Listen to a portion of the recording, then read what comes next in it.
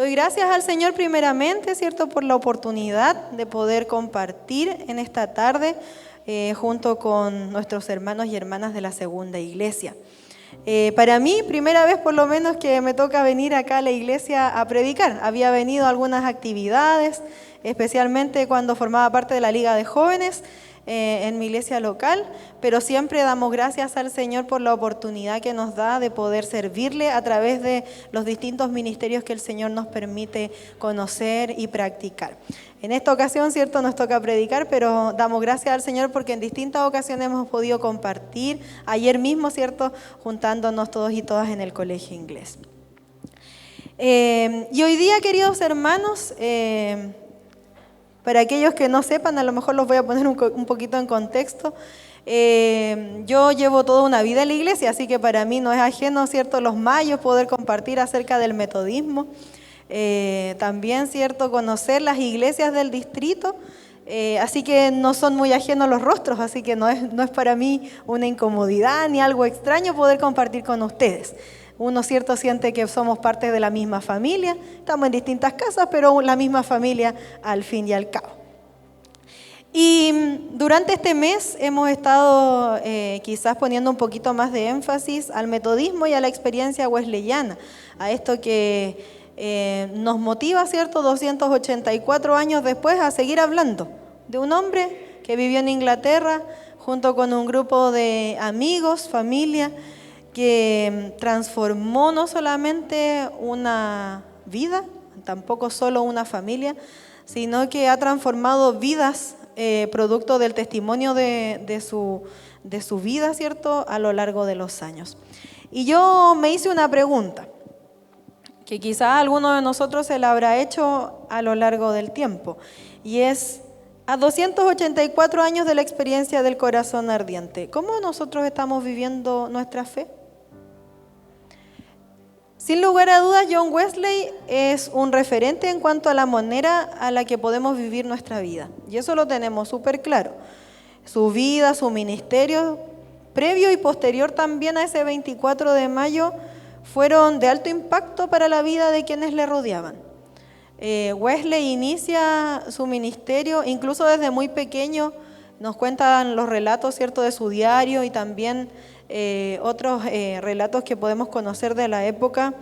Cuentan que desde pequeño su mamá dijo que él había sido como un tizón arrebatado del fuego, porque a una edad muy temprana él fue librado de una muerte segura en un incendio en su hogar.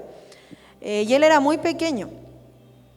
Y su mamá, ¿cierto?, desde pequeño lo instruyó en la palabra del Señor.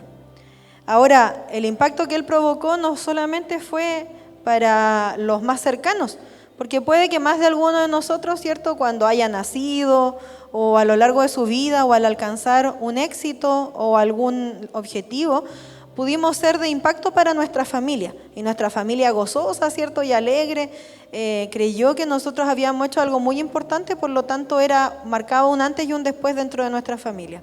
Pero en el caso de Wesley, su vida y su ministerio no solamente impactaron a sus cercanos, sino que fue tal el impacto que Dios hace, ¿cierto?, en su vida, que Él es capaz de transformar hasta una nación, e incluso su predicación no solamente se queda en Inglaterra, sino que viaja hasta América y hasta nosotros y nosotras que hoy día estamos aquí, ¿cierto? Después de 200 años, casi 300, seguimos hablando de algo que pasó en el corazón de un hombre hace 284 años atrás.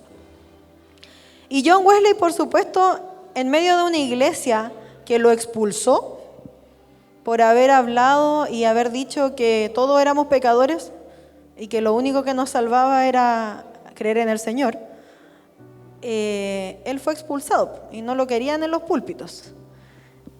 Y eso me hacía acordar muchas veces cuando, hace mucho tiempo, ya no pasa eso, pero hace mucho tiempo atrás, a veces cuando los jóvenes llegaban con un mensaje un poco más revolucionario, se tendía a callar en las iglesias y se le decía, hermanito, mejor usted no opine mucho porque usted todavía no tiene la experiencia suficiente.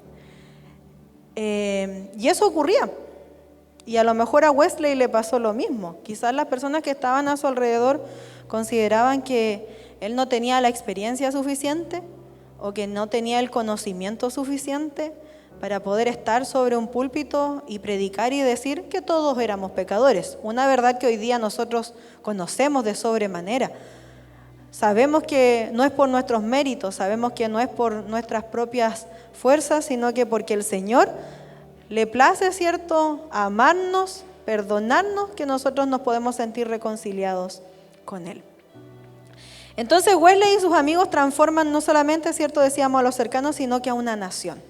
De hecho, los escritos dicen históricamente que Inglaterra pudo haber tenido muchos problemas, así como los tuvieron otros países en Europa, de desórdenes civiles y otras cosas, que por supuesto después por la historia conocemos que ocurren, pero no se llevaron a tal magnitud como en otros países. Pero todo lo que hicieron Wesley y su compañía, ¿cierto?, Whitefield y Charles y otros, ¿cierto?, fue motivado por el conocimiento de la palabra del Señor. No fue porque ellos hayan querido, ni porque ellos hayan preparado un programa, como a veces lo hacemos nosotros como iglesia, ¿cierto? Y se pusieron como objetivo llegar hasta Chile, ¿cierto?, hasta la calle Lincoln con el metodismo. No, ellos no buscaban formar una nueva iglesia. Y eso creo que es lo más enriquecedor de todos, porque todos conocemos que en muchas ocasiones los movimientos surgen porque desean irse de lugares y desean separarse de un lugar. Pero en el caso de Wesley no era así. Él no buscaba formar un movimiento nuevo. Él buscaba que su iglesia fuera transformada. Pero no lo buscó hasta que el Señor tocó su corazón. Y a mí me causó mucho impacto porque cuando uno es más pequeño y no conoce tanto la historia, uno ve y cree que Wesley siempre fue un hombre de fe. Y que como en su condición de clérigo o de pastor, hoy día podríamos conocer con otra palabra de la iglesia, él era un hombre que estaba muy convencido. Pero si uno lee con atención, se da cuenta que cuando Wesley va a evangelizar, y vamos a ponerlo entre comillas, porque si no tenemos el Espíritu del Señor en nosotros y no hemos sido convertidos, no tenemos a quién evangelizar. Cuando Wesley va a evangelizar supuestamente y viene de Inglaterra hasta América, se da cuenta y se encuentra con gente que creía más que él, con gente que a lo mejor compartía la fe de una manera diferente y que habían sido realmente transformados en su vida. Y Wesley, un hombre ya mayor, que tenía más de 30 años, un adulto, recién, pasados los 30 años, recién conoce realmente al Señor en su corazón y tiene la certeza de que va a ser salvo, no antes que eso. Por lo tanto, podríamos decir que cualquier otra cosa que él hubiese hecho antes era movido por tradiciones y por cosas que él conocía, pero no realmente movido por la presencia activa de Dios en medio de su vida. Ahora, ya hicimos toda la vuelta de la historia. Pareciera, queridos hermanos, y esto es una crítica que a lo mejor nosotros comenzamos a hacernos, que en ocasiones nos quedamos mirando al pasado y vivimos de las obras y de las acciones que otros hicieron. Y cuando presentamos la iglesia metodista decimos, no, lo que pasa es que Wesley en 1700 él ayudaba a los huérfanos. Pero en el inicio de la iglesia habían muchas buenas obras que se hacían. Y comenzamos a hablar de otros, de las cosas que otros hicieron. ¿Y qué pasa con nosotros y nosotras? ¿Qué estamos haciendo nosotros hoy día? 280 años después de aquello que Wesley provocó. Ahora yo soy una convencida, yo creo que Wesley pudo haber sido Wesley, pudo ser Whitefield, pudo haber sido un Pérez, un Elgueta, un Sánchez, el que sea. Da lo mismo el nombre, finalmente es Dios quien obró en la vida de ese hombre o de una mujer. La palabra del Señor hoy día nos invitaba a recordar, y lo leía nuestra hermana Magali en Lucas, la ascensión de Jesús, el momento en que Jesús va y de manera más, podríamos decirlo, más honesta, se despide de manera presencial de sus amigos, de sus discípulos. Y dice ahí en Lucas, lo que escuchábamos también, que Él va y les pide a los discípulos que no se vayan de ese lugar, porque tienen que esperar que el Espíritu del Señor venga sobre ellos y les dé, ¿cierto?, las instrucciones para que ellos puedan ir. Y luego, si vemos en Hechos, que también era uno de los textos que hablaba hoy día, repetimos la misma situación, pero desde una mirada diferente.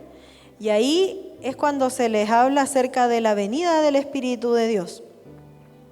En Hechos nos dice, en el primer tratado de Teófilo, hablé acerca de todas estas cosas, Jesús comenzó a hacer y a enseñar, hasta el día en que fue recibido arriba, ¿cierto? Ahí está hablando de la ascensión. Después de haber dado mandamiento por el Espíritu Santo a los apóstoles que había escogido, a quienes también, después de haber padecido, se presentó vivo con muchas pruebas indubitables,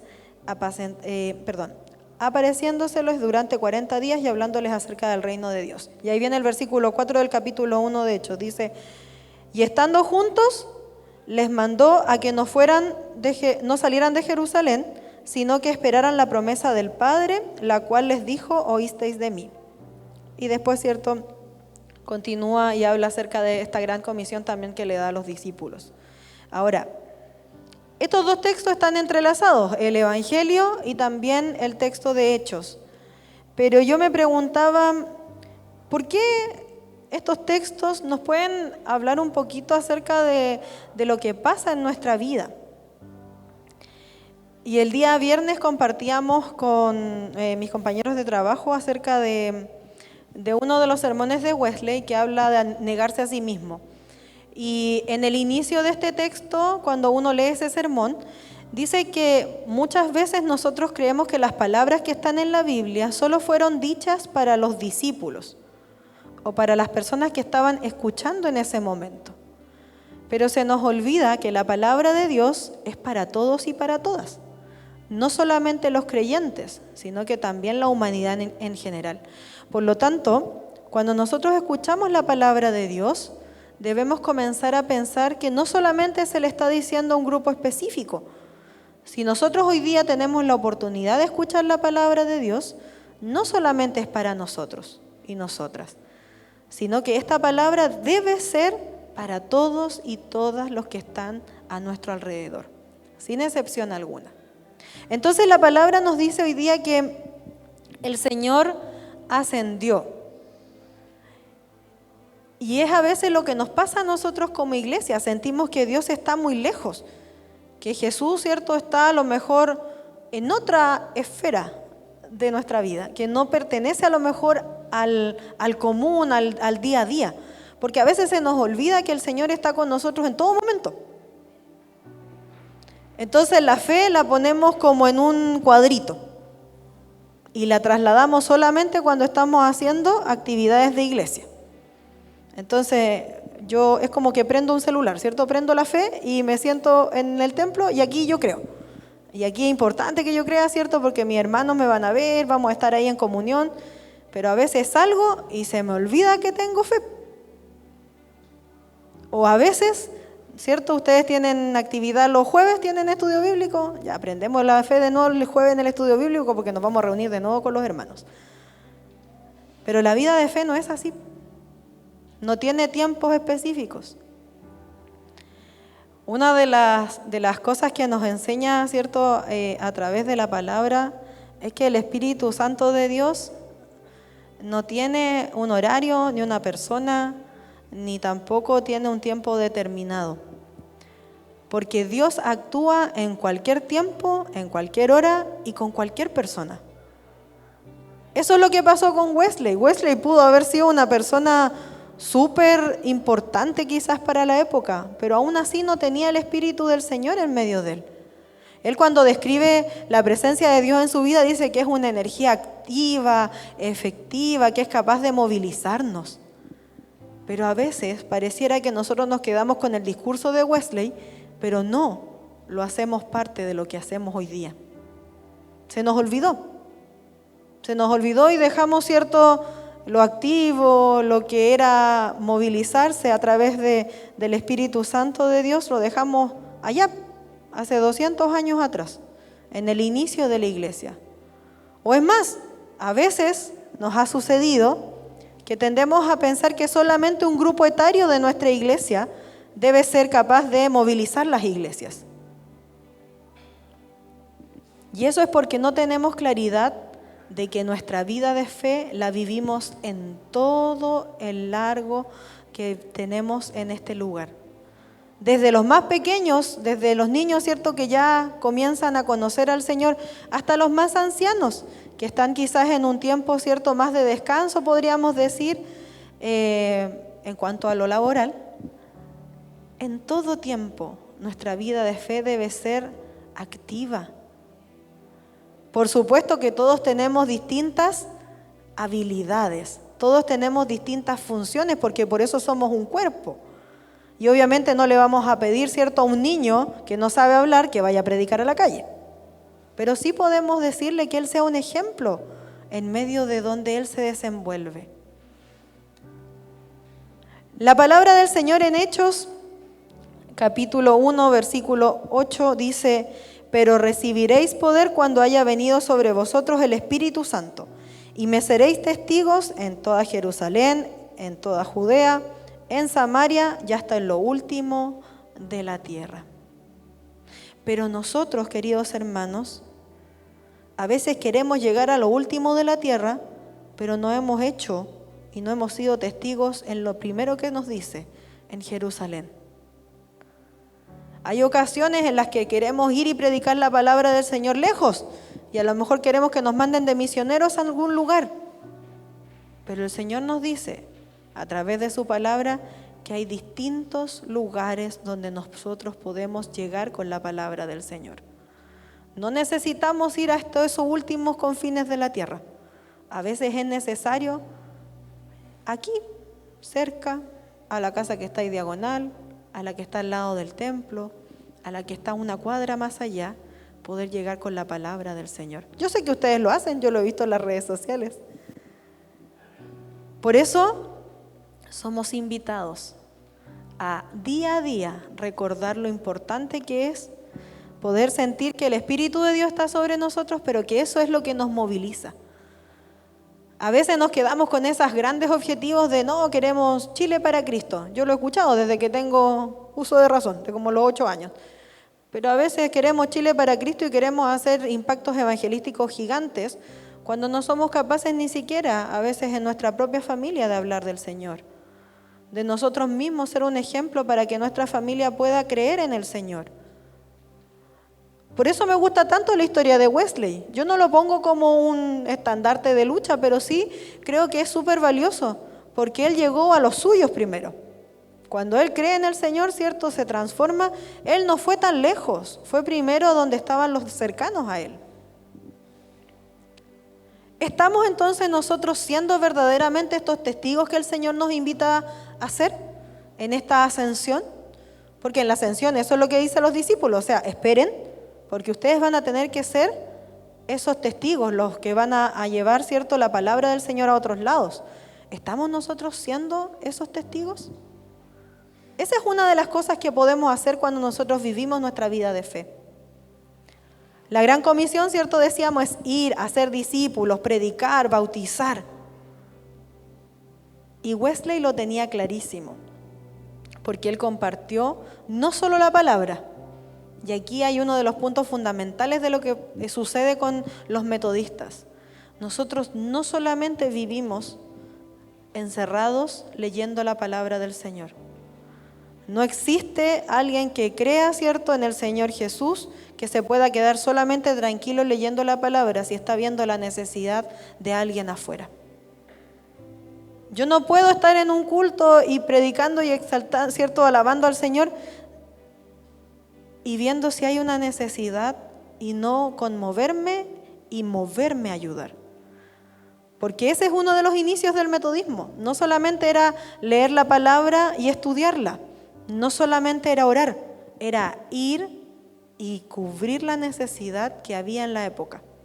Así surgieron las escuelas dominicales, porque había niños que no tenían la posibilidad de estudiar. Y Wesley y compañía, ¿cierto?, fueron los que formaron estos pequeños grupos para que estudiaran. Entonces, si nosotros somos movidos por la verdad, por la palabra del Señor, debemos ser capaces de poder no solamente quedarnos con la palabra y la acción que llega del Señor a nosotros, sino que ser movidos a realizar algo más. Y no pedimos hacer cosas extraordinarias. No necesitamos generar grandes impactos en la vida. A veces simplemente con el hecho de poder ayudar al que está a mi lado. A veces es tan simple como sonreír al que está a mi lado y que sienta que el Señor está también para él o para ella. Ahora bien, hay personas que no conocen al Señor y hay otros que no quieren conocer al Señor, porque hoy día vivimos en una sociedad muy compleja, que a veces solamente por el hecho de mencionar la palabra Dios, la gente se aleja inmediatamente de nosotros. Es ahí, querido hermano y querida hermana, donde esas personas que jamás a lo mejor van a jamás van a tener la posibilidad de tener una Biblia en sus manos. Nosotros tenemos que ser esa Biblia que ellos lean. No necesito aprenderme la Biblia de memoria, pero es súper importante que yo sea reflejo de lo que el Señor quiere. Esa es la forma de vivir la fe, de poder llevar más allá. No necesito una vez más hacer un gran programa. Necesito hacer cosas prácticas que ayuden al que está afuera, al que no conoce al Señor, a poder llegar a ser hijos e hijas de Dios. La fe que vivimos entonces debe estar cimentada en Dios, entendiendo que de Él y solo de Él provienen nuestras fuerzas, proviene el amor y el entendimiento. Romanos 8, 38 y 39 dice lo siguiente: y estoy convencido de que nada podrá separarnos del amor de Dios, ni la muerte, ni la vida, ni ángeles, ni demonios, ni nuestros temores de hoy, ni nuestras preocupaciones de mañana. Ni siquiera los poderes del infierno pueden separarnos del amor de Dios. Ningún poder en las alturas ni en las profundidades. De hecho, nada en toda la creación podrá jamás separarnos del amor de Dios, que está revelado en Cristo Jesús nuestro Señor. Cuando nosotros recibimos al Señor en nuestro corazón, eso hace que nada ni nadie pueda separarnos de Él.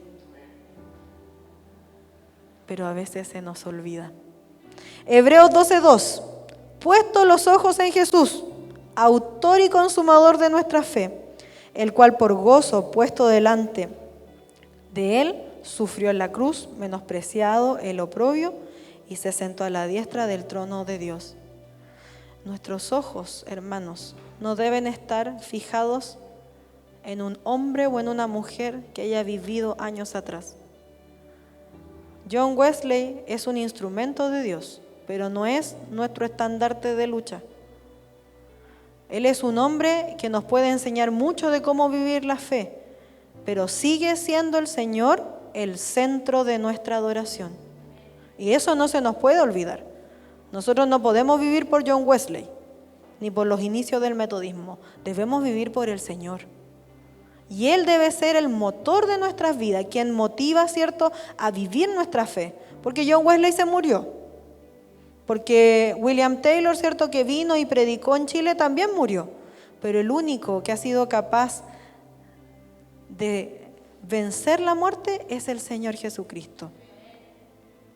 Ahora, Efesios 3:17 nos dice: para que habite Cristo por la fe en vuestros corazones, a fin de que arraigados y cimentados en el amor. O sea, para que nosotros podamos tener al Señor en nuestro corazón, primero debemos tener fe. Debemos haber aceptado al Señor como nuestro Señor y Salvador. Me hacía mucho sentido lo que predicaba ayer el pastor. El pastor decía, antes de comenzar el sermón de Wesley, decía que nosotros tenemos la certeza de que somos nuevas criaturas, pero no todos nos acordamos cuál fue el proceso, ¿cierto? Si fue un día en específico, si fue un momento a lo mejor más extenso, pero sí sabemos cuál fue el antes y cuál fue el después. El momento específico no lo sabemos, pero a veces sí sabemos cuál es el antes y cuál es el después. Eso pasa cuando el Señor está en nuestras vidas. Es imposible que yo siga siendo la misma persona que fui. Es imposible que yo pueda seguir viviendo como viví antes. Y por eso les quiero invitar a queridos hermanos a que no pongamos en un pedestal a las personas que han sido referentes para nosotros. ¿Por qué? Porque las ponemos como inalcanzables y como alguien a quien nunca nosotros vamos a poder llegar. Y ellos y ellas, mujeres y hombres, Susana Annesley, Juan Wesley, William Taylor y otros que nosotros conocemos que están ligados a la vida del metodismo, no son más ni menos que hombres y mujeres que dispusieron su vida en las manos del Señor. Y si nosotros lo hacemos, también podemos ser como ellos y ellas, si nosotros disponemos nuestra vida en las manos del Señor. Hay unos consejos que nos da Wesley, son 6, se los voy a leer, después si quieren se los comparto, ahí se los mando al WhatsApp del pastor o del hermano Mario para que se los compartan. Dice lo siguiente: si usted desea leer las Escrituras de tal manera que puedan responder con mayor eficacia a este fin, sería aconsejable los siguientes pasos. 1. Establezca un tiempo para la lectura, si es posible, cada mañana o cada tarde. 2. Si dispone de tiempo suficiente, lea un capítulo del Antiguo Testamento y un capítulo del Nuevo. Si no puede hacerlo, lea solo un capítulo o una parte de él. 3. Lea con el único propósito de conocer la voluntad de Dios y con la firme resolución de cumplir su voluntad. 4. Lea con atención constante para ver la conexión y la armonía de estas grandes doctrinas: el pecado original, la justificación por la fe, el nuevo nacimiento y la santidad interior y exterior. 5. Ore fervientemente y seriamente antes de leer las Escrituras para entenderlas, como solo puede entenderse a través del mismo Espíritu Santo que las inspiró. Del mismo modo, debemos terminar la lectura con una oración. Y la 6. Mientras lee, haga una pausa para examinarse a usted mismo, tanto en lo referente a su corazón como a su vida. Utilice de inmediato todo lo que Dios le muestre para su salvación presente y eterna. Estas palabras fueron expresadas por Wesley ahí el 25 de abril de 1765. Y quiero terminar, queridos hermanos, con lo siguiente. Nosotros podemos ver reflejado a Dios, su amor, en distintas situaciones. Pero hay cosas que nos ayudan a que pueda verse revelado el amor de Dios, que nosotros podamos abrir nuestros ojos. Y por eso me gusta tanto el pasaje que leíamos del Evangelio, porque inicia un poquito más arribita del versículo 46, el versículo 45 de este mismo del Evangelio, dice que cuando el Señor se les presenta, abre los ojos de su entendimiento. Muchas cosas nosotros podemos leerlas de la Biblia y podemos vivir una vida sabiendo cognitivamente cosas de la Biblia. Hay cosas que nosotros manejamos de sobremanera y a lo mejor no sabemos los versículos de memoria, pero cuando el Señor abre nuestro entendimiento es cuando nosotros podemos comprobar realmente lo que Dios ha querido hablarnos a nuestras vidas y dejamos de conocerlo solamente en nuestra mente y pasa a nuestro corazón. Por eso, hermanos y hermanas, es importante que cuando nosotros queramos aumentar nuestra fe, cuando queramos vivir una vida de fe, podamos necesariamente conocer la Escritura. Porque ustedes saben, Romanos 10:17 dice, la fe viene por el oír, oír palabra de Dios. Santiago 1:3 dice, pues ya saben que la prueba de su fe produce constancia. O sea que cuando tenemos fe, también vamos a ser constantes en las cosas que realizamos.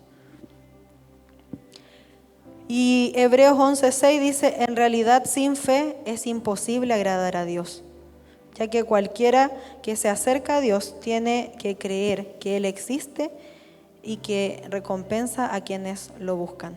Así que, queridos hermanos, si nosotros no estamos viviendo una vida de fe, no solamente está afectando nuestra vida, sino que está afectando nuestra relación con Dios. Porque aquello, ¿cierto?, que no proviene de la fe no es agradable ante los ojos del Señor. Doy gracias a Dios porque mi hermana Magali leyó justo una de las frases que yo traía de Wesley para finalizar esta prédica. Quien va a reinar con Cristo en el cielo debe tener a Cristo reinando en la tierra. Eso lo dijo John Wesley. Así que, queridos hermanos, si hablamos de metodismo, aunque hablemos del pasado, no podemos dejar de realizar hoy día en el presente acciones que nos acerquen a vivir esa fe. No nos quedemos solamente con lo que pasó hace 200 años. Es súper importante que hoy día, ahora, cuando salgamos, vivamos ese evangelio, que no es otra cosa, como decía Wesley, que el evangelio tomado en serio, o el evangelio del amor.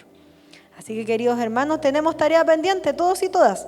Aquí ninguno, ¿cierto?, nos escapamos. Todos tenemos ahí tejado de vidrio, donde en algún momento el Señor hoy día habló nuestras vidas. Seguramente, ¿cierto?, tenemos que pedirle al Señor que nos siga dando ánimo, que nos siga dando fuerza y por sobre todas las cosas que nos dé fe para poder enfrentar esta vida, que vaya que es difícil, pero tomados de la mano del Señor tenemos en quién confiar y a quién acudir. Oremos, mis hermanos. Señor, te damos las gracias. Gracias, Dios, por tu palabra en medio nuestro. Queremos rogarte, Dios amado, que a la luz, Señor, de la Escritura, tú puedas también, Dios, transformar nuestras vidas. Señor, día a día necesitamos que tú nos enseñes a ser como tú. Permite, Señor, que siempre podamos verte a ti como el blanco perfecto, donde podemos acudir, pero también de quien podemos, Señor, extraer toda la sabiduría, el entendimiento, para que otros y otras, Señor, que no te conocen, puedan también ser alcanzados. Permite, Señor, que aquello que ha sido de edificación para nuestras vidas lo podamos retener, como dice tu palabra, pero también que desechemos aquello que no haya sido bueno para nosotros. Que tú, Señor, dejes en nuestros corazones aquello que ha sido bueno, que ha sido desafiante, pero por sobre todas las cosas, todo lo que proviene de ti. Gracias te damos una vez más, Señor, por tu palabra y te pedimos, Señor, que siempre hables, Señor, a nuestras vidas y nosotros podamos responderte, Dios amado, con un corazón dispuesto y con un corazón lleno de gozo, porque tú estás en él. Oramos, Dios, en tu santo nombre. Amén.